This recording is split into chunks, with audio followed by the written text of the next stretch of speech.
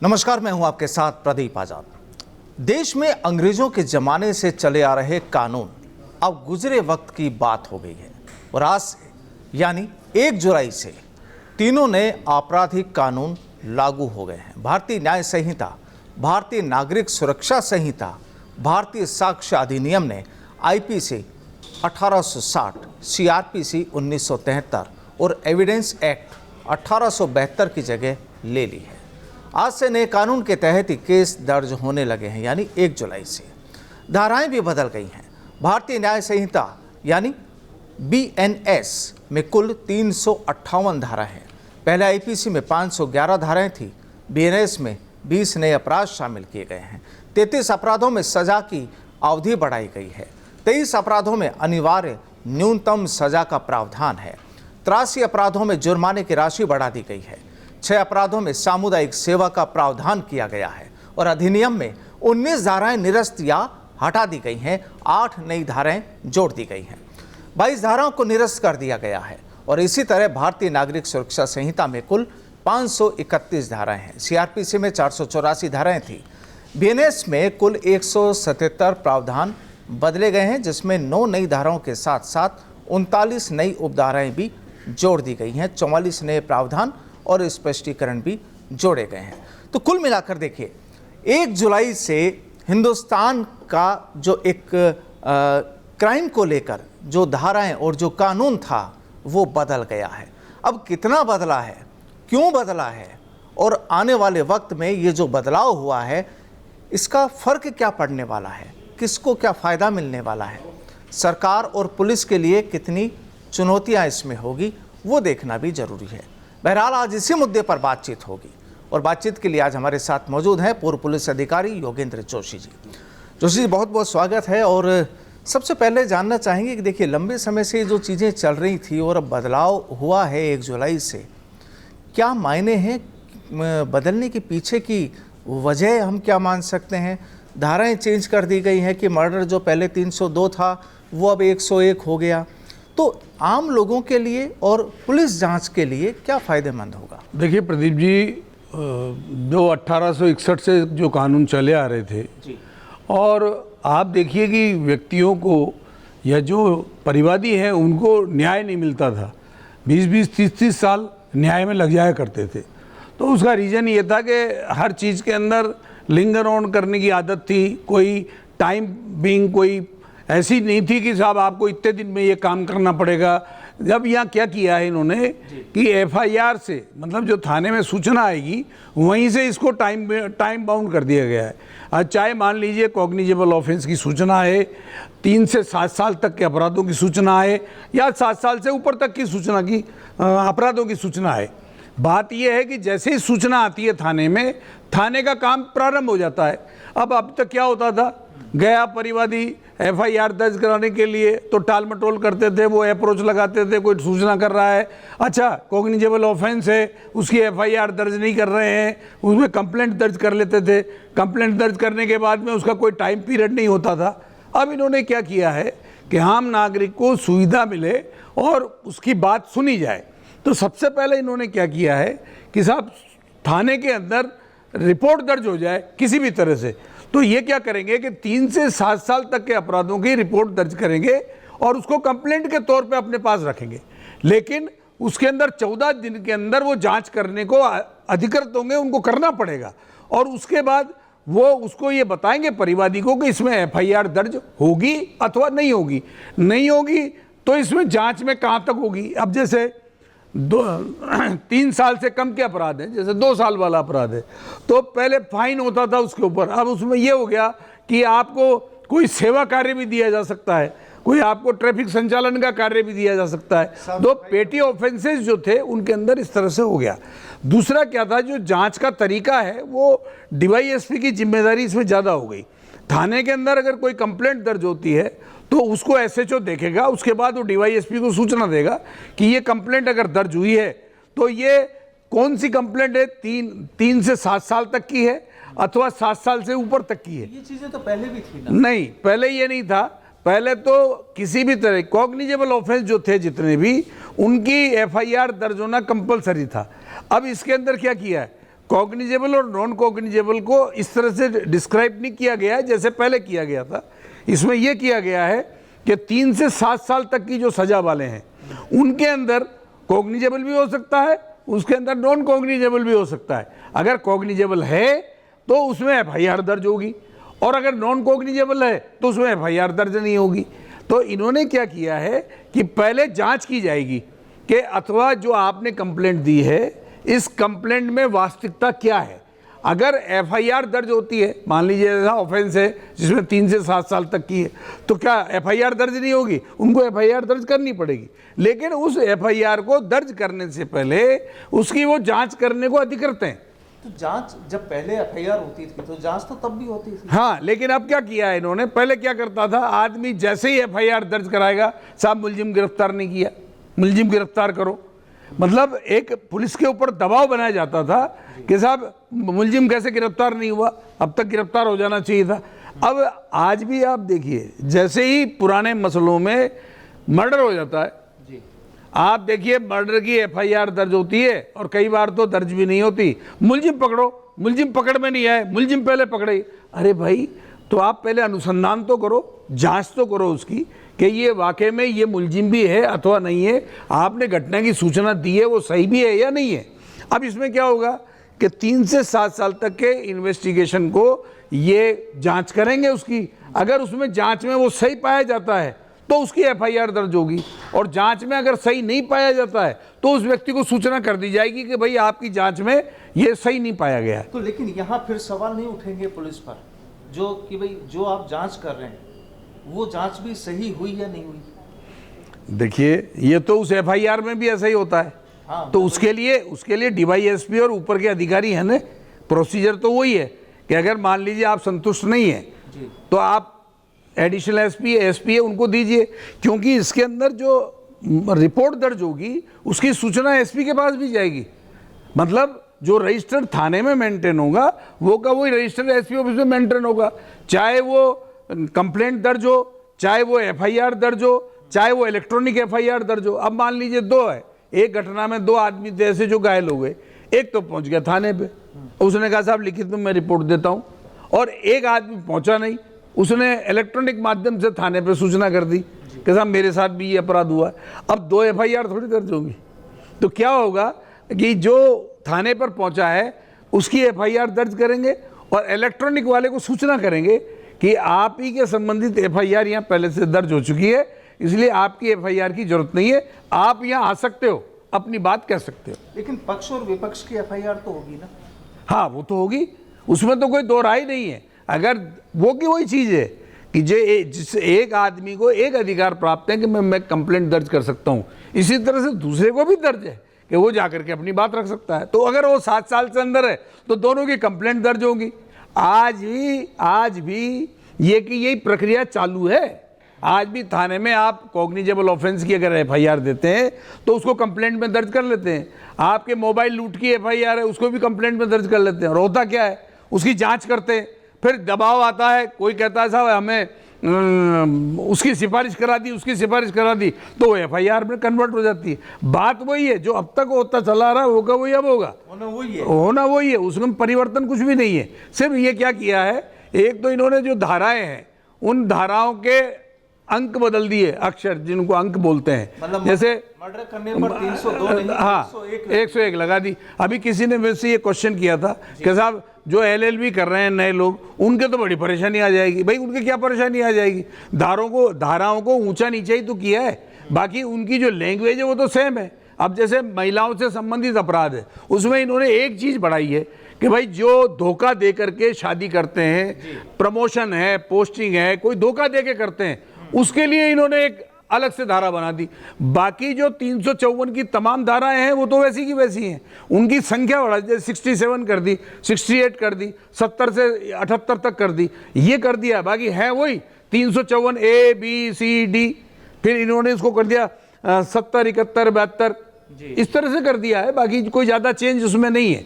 अपने को क्या करना है कि पब्लिक को क्या पता चलना चाहिए कि एक तो वो थाने में जाएगा तो जो लिख के देगा उसके अंदर पुलिस हेरा फेरी नहीं करेगी, वो यूं का यूं ही उसको जांच में, और उसकी जांच होगी, जांच की जिम्मेदारी डीवाईएसपी की होगी कि इसकी जांच हो रही है या नहीं हो रही है। पर्टिकुलर कुछ मामलों में 3 से 7 वाले में, 3 से 7 साल, हाँ, और 3 से 7 के ऊपर जो है उसके अंदर तो साहब वीडियोग्राफी भी होगी, उसमें तो सारे ही काम होंगे। लेकिन 354 वाले जो थे ना ABCD जो चेंज किए, उसमें भी महिला अगर थाने में आती है तो उसके बयान वाकई में रिकॉर्ड होंगे। ऐसा नहीं कि वो रिकॉर्ड नहीं होंगे। पहले नहीं होते थे, पहले रिकॉर्ड नहीं होते थे। पहले उसने रिपोर्ट दे दी, मुकदमा दर्ज हो गया, लेकिन रिकॉर्ड नहीं होते थे। अब रिकॉर्ड होंगे थाने में, उनको करना पड़ेगा। और 7 साल से ऊपर के अपराधों के अंदर रिकॉर्ड भी होंगे, बिल्कुल किसी भी तरह से उसमें ऐसा नहीं होगा कि साहब रिकॉर्ड नहीं हो रहे, रिकॉर्ड भी होंगे।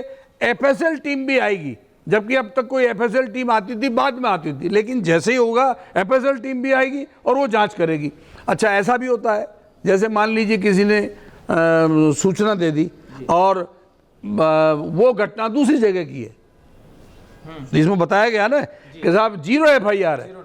अब अगर मान लीजिए उसके अंदर ऐसी घटना हो गई है जिसके अंदर एविडेंस है, और अगर आपने कह दिया साहब ये तो 0 FIR दर्ज होगी, ये तो थाना सांगानेर का है, और आदर्श नगर में उसने रिपोर्ट दे दी, तो उसकी जिम्मेदारी आईओ की कि अगर ऐसे एविडेंस हैं जो बिगड़ सकते हैं, जो खराब हो सकते हैं, जो डिस्ट्रॉय हो सकते हैं, तो उन एविडेंसों को तुरंत प्रभाव से ग्रहण करेगा, उसकी लिखापढ़ी करेगा, उन्हें उसके अंदर उसकी जो कंप्लेंट है उसके साथ जोड़ेगा।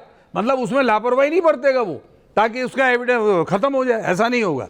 तो इस तरह से इसके अंदर बहुत सारी चीजें हैं, जिम्मेदारियां बढ़ गई हैं। लेकिन जिस तरह से पुलिस की जिम्मेदारियां बढ़ी हैं और जो ये कानून में बदलाव लाए हैं, और जैसे न्यायपालिका है, अब आप देखिए उसके अंदर 90 दिन का टाइम है, पुलिस 90 दिन के अंदर कंप्लीट करके पेश करेगी।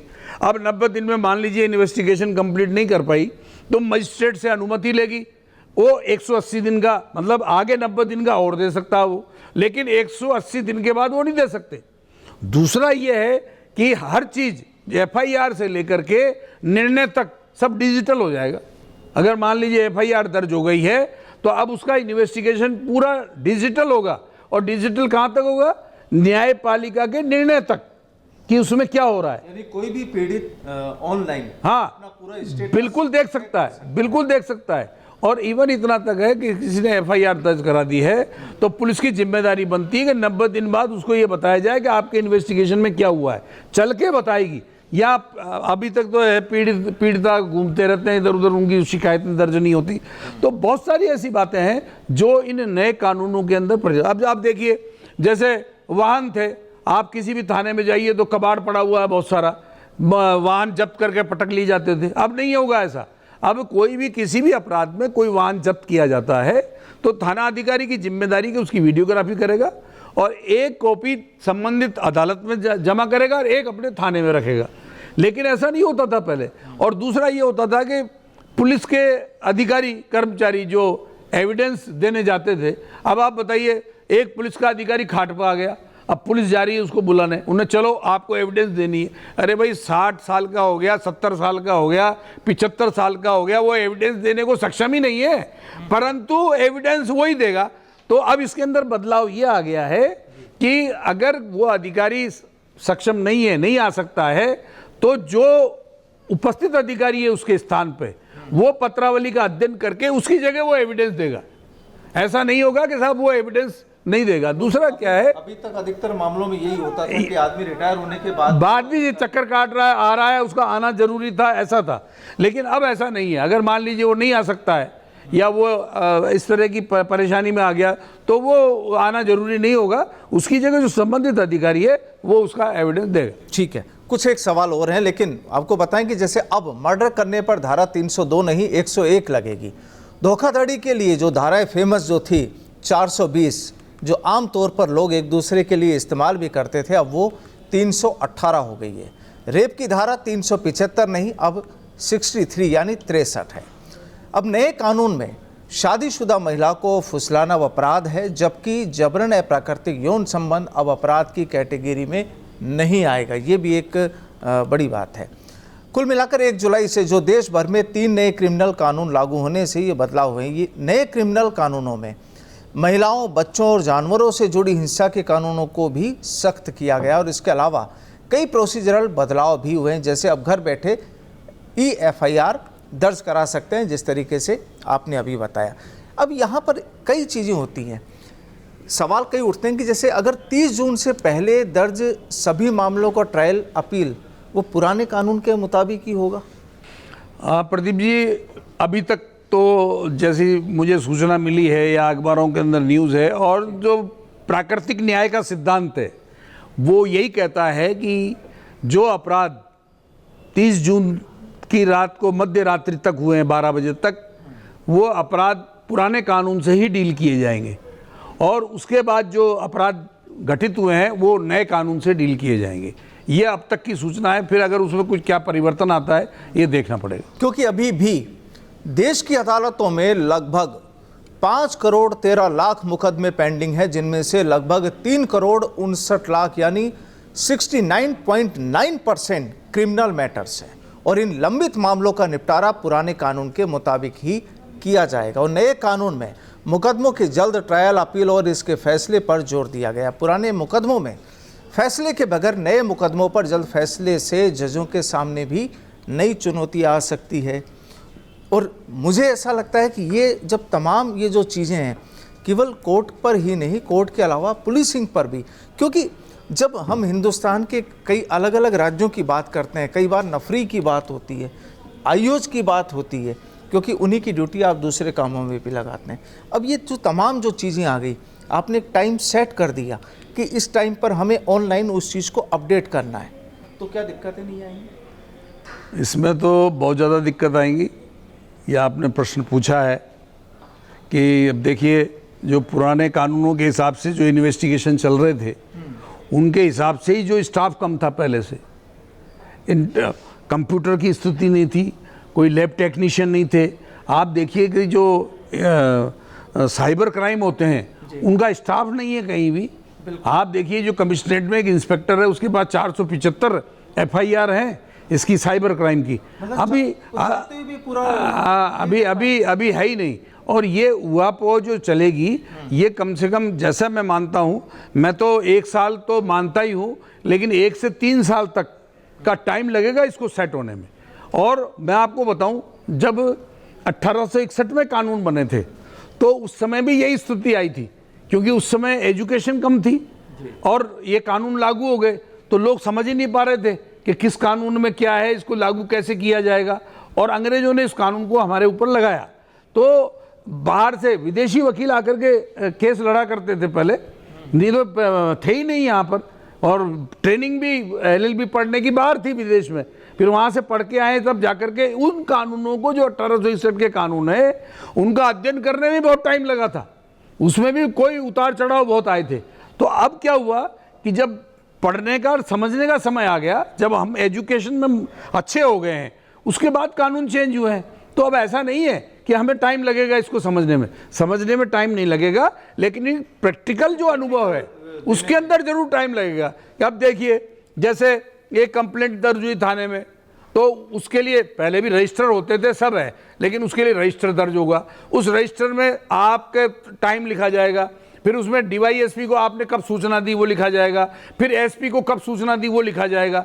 अब ये चीज़ें क्या है, पहले नहीं थी ऐसी। पहले FIR दर्ज होगी, क्राइम रजिस्टर दर्ज हो गया, लेकिन टाइम पिन प्रोग्राम नहीं था उसके अंदर। लेकिन अब इसमें तो है। अगर मान लीजिए इलेक्ट्रॉनिक माध्यम से FIR दर्ज हो गई, तो उसको आपको संधारित करके रखना पड़ेगा। उसकी सूचना आपने SP को दी कि नहीं दी, ये देखना पड़ेगा। अब आप देखिए, 0 FIR दर्ज हो गई, लेके बैठे 15-15, 20-20 दिन तक, और 0 FIR दर्ज होने के बाद में कह रहे हैं साहब अपने कांस्टेबल फलाने के साथ 0 FIR बम्बई में दर्ज करना ने भेज दी। अब 15 दिन में 0 FIR दर्ज हो रही है। अब दर्ज करना पड़ेगा इनको। अब NCERT जो इन्होंने बनाया है सिस्टम, कंप्यूटर से संबंधित या अपराधों से संबंधित जो देश भर का बनाया है, इसको एकदम से इनको इजाद करना पड़ेगा। मान लीजिए एक FIR किसी के साथ बम्बई में अपराध हो गया और वो आ गया यहाँ पर, अब वो यहाँ FIR दे रहा है, तो अब उस FIR को लेकर के कोई पैदल आदमी या गाड़ी से या ट्रेन से थोड़ी जाएगा। वो FIR तुरंत इलेक्ट्रॉनिक माध्यम से वहाँ पहुँचेगी, और वहाँ की जो घटनाक्रम है, जो ये व्यक्ति वहाँ के घटनाक्रम के बारे में बता रहा है, वहाँ की पुलिस को तुरंत पहुँचना पड़ेगा, और तुरंत पहुँच करके उस घटना स्थल को उसको प्रिजर्व करना पड़ेगा। तो ये जो बातें इसमें दी गई हैं, ये बातें एकदम से हो जाना, मैं मानता हूं इसमें बहुत जोर आएगा। और इसके अंदर आपको ये बताऊं साहब कि सबसे ज्यादा परेशानी आएगी पुलिस को, बिल्कुल, और उसके बाद आएगी न्यायपालिका को, क्योंकि नए कानून से सबसे ज्यादा बोझ पुलिस पर पड़ने वाला है। पुराने केस में अदालतों में पैरवी के लिए उन्हें पुराने कानून की जानकारी चाहिए होगी, जबकि नए मुकदमों की जांच नए कानून के मुताबिक होगी। एक एनालिसिस के मुताबिक नए कानूनों में 3/4 से ज्यादा हिस्सा पुराने कानून का ही है, लेकिन नयापन लाने के चक्कर में आईपीसी, सीआरपीसी और एविडेंस एक्ट की पुरानी धाराओं का क्रम नए कानून में बेवजह बदल दिया गया है। इस तरह की भी चर्चाएं चल रही हैं और इस वजह से पुलिस में भी भ्रम की स्थिति बढ़ सकती है। बात करें वकीलों की, तो वकीलों की जिम्मेदारी और कन्फ्यूजन दोनों बढ़ेगा और वकीलों को दोनों तरह कानूनों की जानकारी रखनी होगी। नए कानून में मुकदमों के जल्द फैसले के प्रावधान है, लेकिन पुराने मुकदमों के निपटारे के बगैर नए मुकदमों पर जल्द फैसला मुश्किल होगा और ऐसे में क्लाइंट और लिटिगेंट की तरफ से वकीलों और जजों पर भी कई तरह के दबाव बढ़ेंगे।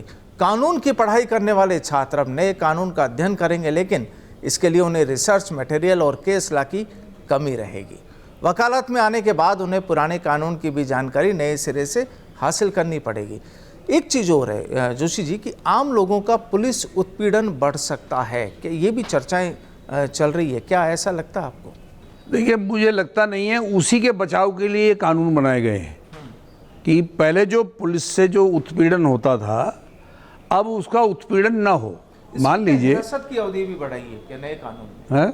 हिरासत की अवधि भी बढ़ाई गई है। हाँ, हिरासत की अवधि तो बढ़ाई गई है, 15 दिन से 14 दिन से ज़्यादा कर दिया है। तो लेकिन उत्पीड़न नहीं, लेकिन क्या है कि जो न्यायपालिका का जो कंट्रोल है, वो कंट्रोल तो इसके ऊपर वैसा का वैसा रखा गया है कि उस तरह की उनको सूचना समय पे मजिस्ट्रेट को देना, जो सीआरपीसी के प्रावधान है उनके अंतर्गत उनको सूचना देना। परंतु बस इतना सा ही है कि पहले आदमी एफआईआर दर्ज करते ही मांग करता था कि अभियुक्तों को गिरफ्तार करो, अभियुक्त गिरफ्तार हो जाना चाहिए। और आप देखिए, अभियुक्त को गिरफ्तार तब तो करो, थोड़े एविडेंस तो इकट्ठे हों पुलिस के पास। तो अब इन्होंने ये कर दिया है कि भाई हुआ पो की स्थिति ना हो, एक लिमिट टाइम दे दिया जिसमें आप एविडेंस दे दीजिए, आपके भी एविडेंस दे दीजिए, आपके पास कोई पत्र व्यवहार है वो भी दे दीजिए। अब जैसे इलेक्ट्रॉनिक जो माध्यम से जो अपराध होते थे उनको प्रथम दृष्टया माना गया। पहले क्या था कि जो इलेक्ट्रॉनिक जो थे अपराध, उनके माध्यम से जो होते थे साइबर क्राइम, उनमें सेकेंडरी माना जाता था। अब क्या है, उसको प्रथम कर दिया, फर्स्ट एविडेंस। मतलब अब आप अगर मोबाइल में अपनी कोई चीज़ लेके जा रहे हैं तो उसको फर्स्ट एविडेंस के तौर पर, जब तक कि उसके अंदर कोई हेरा फेरी नहीं कर दी हो, अब एफएसएल से ही सूचना आ जाएगी कि साहब इसके अंदर कोई हेरा फेरी नहीं की गई है, ये बिल्कुल एज इंटैक्ट है, तो वो अपराध में प्रथम दृष्टया वो एविडेंस माना जाएगा। तो ये चीज़ें कुछ ऐसी कर दी गई हैं जो हमारे पास पहले मौजूद होते हुए भी हम उस चीज़ का उपयोग नहीं करते थे, और जो अभियुक्त था उसको लाभ मिल जाता था।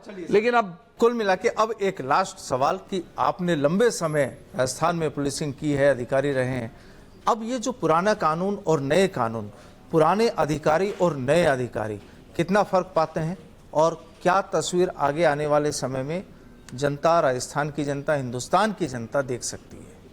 देखिए प्रदीप जी, नए कानून लागू करने से पहले इनके बारे में पुलिस को बुकलेट्स दे दी गई हैं, पुलिस को निर्देश दे दिए गए हैं, लिखित में बता दिया गया है, एसएचओ के लिए भी बता दिया गया कि उसको अगर इस प्रकार की रिपोर्ट आती है तो उसको क्या करना चाहिए, लेकिन किया नहीं है। इसलिए उसको ये थोड़े दिन तो परेशानी जरूर आएगी कि अगर मान लीजिए कंप्लेंट आई तो मुझे क्या करना पड़ेगा, वो पूछेगा, अधिकारियों से पूछेगा, आपस में सलाह मशवरा करेगा, उसको टाइम जरूर लगेगा इसमें।